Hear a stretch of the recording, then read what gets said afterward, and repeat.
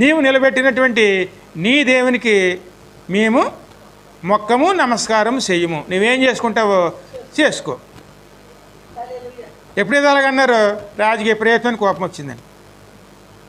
ఉన్న దాని మీద ఇంకో 7 అంతలు చేసి వాళ్ళని పడేయటానికి అక్కడ ఉన్నటువంటి సైనికులు బలవంతులను తీసుకొచ్చి ఉన్న పాటని కట్టివేయించి అందులో ఇసిరేపిచ్చాడండి. ఇసిరి వేసిన వాళ్ళు మాడిపోయారు, కానీ వాళ్ళు 3 పడ్డారు. అందులోనూ కాళ్ళు చేతులు కట్టివేయబడి ఇప్పుడు బంధకాలు లేవండి. కానీ వాళ్ళ మధ్యన ఇంకొక ఆయన వచ్చారు. వచ్చింది ఎవరు చూశారు? రాజు చూశాడు. రాజు చూసి ఆశ్చర్యపోయి అడుగుతున్నాడు అనమాట.